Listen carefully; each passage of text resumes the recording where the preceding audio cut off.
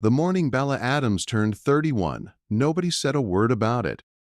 Not her father, not her younger sister, not a single soul in the town of Redvale, Texas. She woke before sunrise the way she always did, pulled on her worn work dress, and went out to feed the chickens.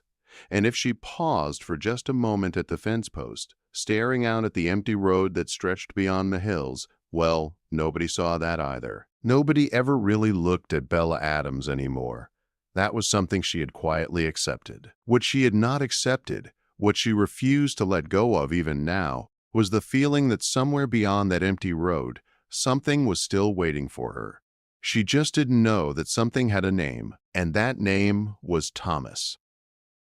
Bella was the oldest daughter of Harlan Adams, a man who had built the largest cattle ranch in Redvale through equal parts stubbornness and silence. He was not a cruel man, but he was the kind of man who measured a person's worth by what they produced. And Bella, in his quiet estimation, had produced very little of lasting value. She had not married.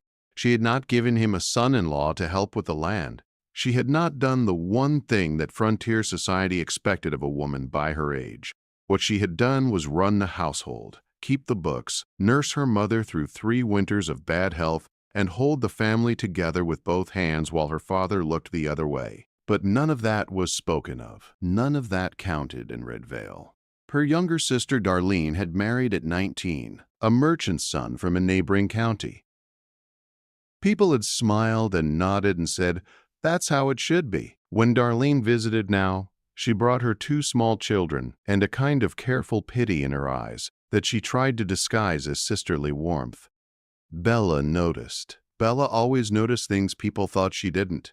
What no one in Redvale knew, what Bella herself had almost forgotten, was that 11 years ago, a young man had told her he would come back for her. He had said it quietly, standing at this very fence, with dust on his boots and nothing but a bedroll and an old horse to his name. She had laughed, not unkindly, and told him not to make promises the wind would just carry away. He hadn't argued. He'd only looked at her in that steady, unhurried way of his and said, "I'll come back when I have something worth offering." She had not heard from Thomas since. Redvale was the kind of town that remembered everything and forgave very little. It had a church, a general store, a saloon that decent women walked past without looking, and a population of just under 300 people who knew each other's business better than their own. Bella had grown up under the weight of that familiarity. As a girl, it had felt like belonging. As a woman past 30, it felt more like a verdict. The talk had started gently enough, years ago. "Bella Adams is particular, that's all." Then it shifted. "Bella Adams scared off the Mercer boy, you know." And now, in its final settled form, it went simply, "Poor Bella." 2 words, said with a slow nod and a look that lasted just a half-second too long. She had stopped going to the church socials 2 years back, not out of bitterness, she told herself, but because she was busy. The ranch kept her busy. Her father's health was beginning to slip, and somebody had to watch the ledgers, oversee the ranch hands, negotiate with the feed supplier who came through every 3rd month. That somebody was always Bella. But there were evenings, long, quiet evenings after supper, when the house went still, where she sat by the window with a cup of cooling coffee and let herself wonder. Not about marriage exactly. She had made a kind of peace with that uncertainty. She wondered about the other shape her life might have taken, the roads she hadn't walked down, the words she hadn't said. She never let herself wonder too long about Thomas. He came back on a Thursday. Bella was in the yard when she heard the sound of a horse on the road, slow and deliberate, the way a man rides when he's not in a hurry because he already knows where he's going. She didn't look up immediately. Riders passed through Redvale often enough. She was tallying feed sacks, and she had 17 more to count, but something made her stop at 14. She looked up. The man on the horse was broad-shouldered and trail-worn, with a jaw darkened by several days of growth, and a hat pulled low against the afternoon sun. He was leading a second horse behind him, a fine-looking roan with good strong legs. He slowed at the gate. He looked at her the same way he always had, like she was the only fixed point in a turning world. "Bella," he said, "just that." Like no time had passed. like 11 years was nothing more than a long afternoon.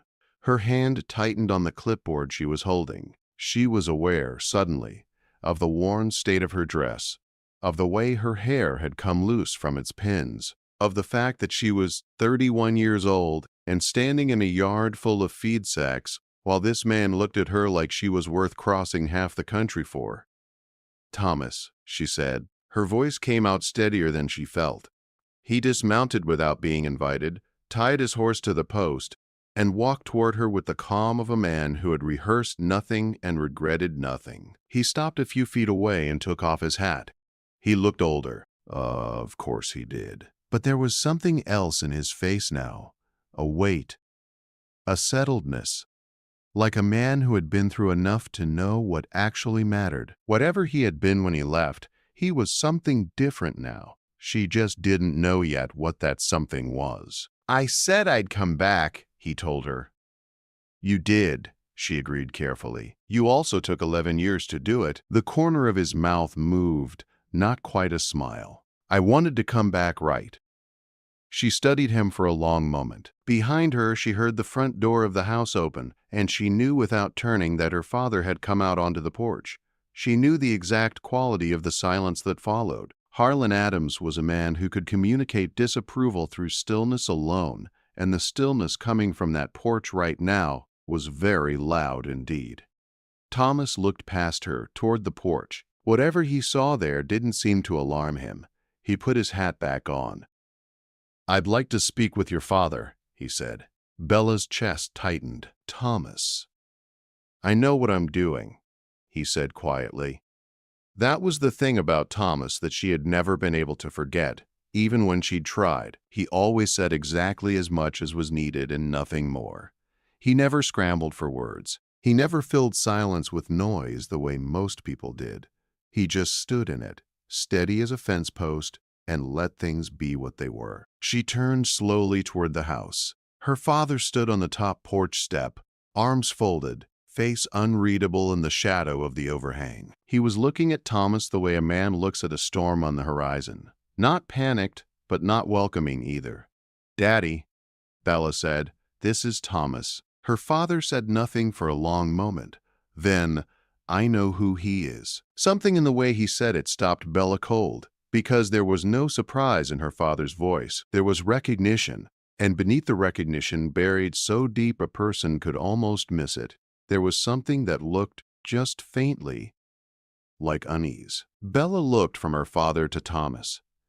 Thomas was watching Harlan Adams with that same steady expression, but his jaw had tightened almost imperceptibly. These two men knew each other, and neither of them had ever told her. Harlan Adams did not invite Thomas inside that evening. He simply looked at him for a long moment, nodded once, like a man acknowledging a debt he hadn't expected to be called on, and went back through the front door without a word. The screen door closed behind him with a quiet final sound. Bella stood in the yard feeling like she had missed the first page of a story everyone else had already read. Thomas didn't seem rattled. He asked quietly if there was a place he could bed down for the night, and Bella, still trying to find her footing, told him the barn had an empty stall with clean hay. She watched him lead his horses around the side of the house with the unhurried ease of a man who had slept in far worse places and expected nothing more than what he was given. She went inside and found her father in his chair by the fireplace, staring at the cold hearth. "You know him," she said.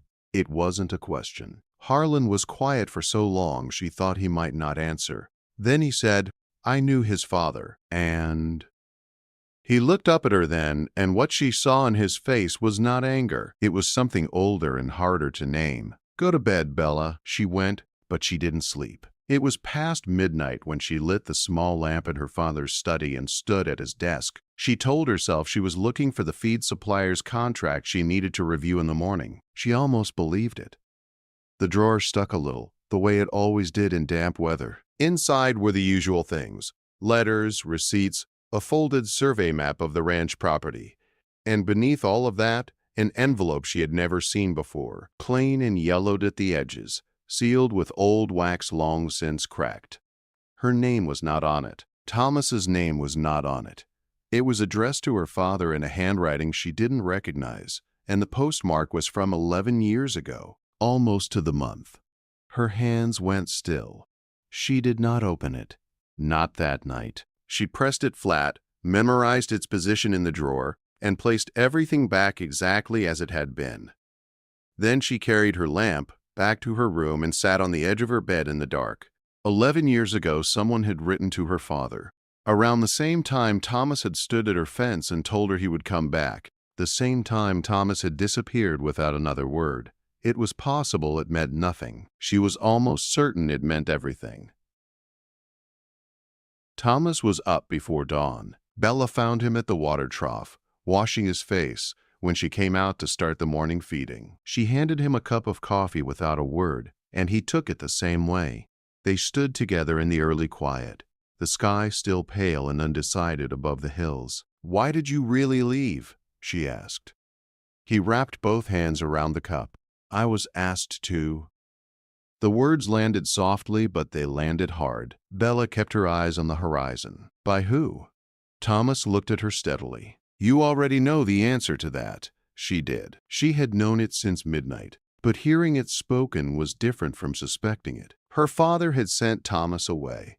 11 years ago, when Thomas had nothing but a bedroll and good intentions, Harlan Adams had decided he was not enough, and had made sure of it quietly, in the way that powerful men in small towns knew how to do. "He wrote to you," she said. "He paid me," Thomas said, simply, without bitterness. That surprised her. She looked at him.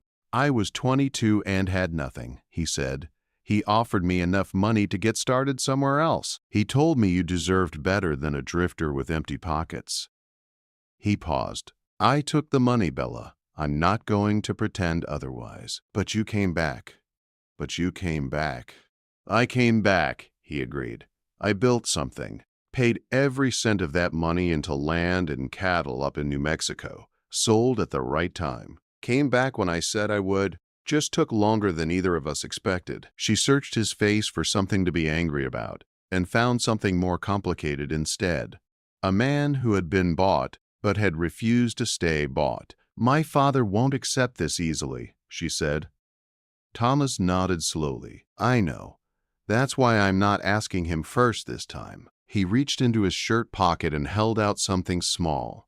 A ring. Plain silver, modest and honest, worn smooth at the edges like he'd been carrying it a long time. "I'm asking you," he said. Bella looked at that ring for a long time before she touched it. It wasn't the grandest thing she had ever seen. It didn't try to be. It was a simple band of silver with a small inlaid turquoise stone, the kind of ring a man buys when he finally has enough to buy something real, but hasn't forgotten where he came from. She thought it was the most honest thing anyone had ever offered her. She took it from his palm, but she didn't put it on. "Give me until Sunday," she said. Thomas nodded. He didn't push. That steadiness of his, the quality she had never been able to forget, it held even now. The conversation with her father happened Saturday evening. Bella chose the timing deliberately. After supper, when the house was still and Harlan Adams had nowhere to retreat to without making it obvious, she placed the old envelope on the table between them. Her father looked at it. The silence stretched long and thin. "You had no right," she said quietly. She didn't raise her voice. She had made a decision not to. Anger would let him retreat into stubbornness. Steadiness was harder for him to deflect. Harlan Adams was quiet for a moment. Then, in a voice rougher than usual, he said, "I was protecting you." "From what?" "From a man who had nothing." "He has something now," she said. "He built it himself with the very money you used to push him away." Her father's jaw tightened. She could see the conflict moving through him, the pride, the regret, the particular stubbornness of a man who had made a decision decades ago and built his understanding of himself around it. "Bella," his voice came out quieter, "you were everything to me after your mother got sick. I didn't want you following some drifter into hardship." "I know," she said. And she meant it. She understood it. She just refused to let understanding become acceptance of something wrong. "But it wasn't your choice to make, Daddy." He looked at his hands for a long moment. Old hands, tired hands. "No," he said finally. "I suppose it wasn't." It wasn't an apology exactly. With Harlan Adams, it never would be. But it was as close as he had ever come, and Bella recognized it for what it was. She reached across the table and put her hand over his briefly.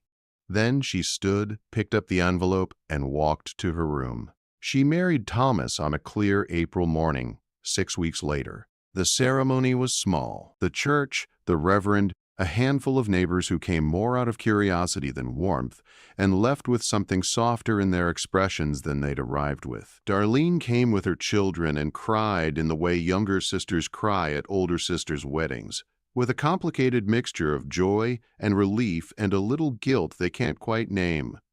Harlan Adams walked Bella down the aisle. He didn't smile exactly, but he held her arm with a firmness that said everything he couldn't. Thomas stood at the front of that small church in a clean, dark jacket and boots, polished to a shine, and when Bella came through the door, he looked at her the way he always had, like she was the only fixed point in a turning world. She put the ring on properly that morning. They settled on Thomas's land in New Mexico the following year. He had built a solid house on good ground, modest but well-made, the kind of house that had room to grow into. Bella brought her mother's rocking chair and her father's old survey maps, because some things are worth carrying forward. Their first child, a boy, came 14 months after the wedding. They named him Harlan, because Bella believed in the grace of second chances. Her father, upon hearing the news, sat down heavily in his chair and didn't speak for a full minute. Then he asked when he could come visit.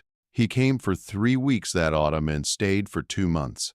Nobody mentioned the original plan. Their second child, a girl, came 2 years after that. They named her June because she was born in the warmth of early summer and because it was a name that felt like the beginning of something. Thomas ran his cattle with the same quiet steadiness with which he did everything. He was not a perfect man. He was impatient sometimes and slow to explain his thinking, and there were stretches of hard seasons where the worry wore on him visibly. But he came home every evening. He listened more than he talked, and he never once made Bella feel like a woman who had been chosen reluctantly or settled for out of convenience. She was 31 when he came back through that gate with dust on his boots and a ring he'd been carrying too long. She was 33 when she understood fully and without reservation that the waiting had not been wasted. Some things take the time they take. Some people find each other late not because they weren't meant to, but because they both needed to become the versions of themselves worthy of what they were walking toward. Bella Adams had believed, for a long time, that no one was coming. Thomas had spent 11 years making sure that when he came right. In the end, that made all the difference.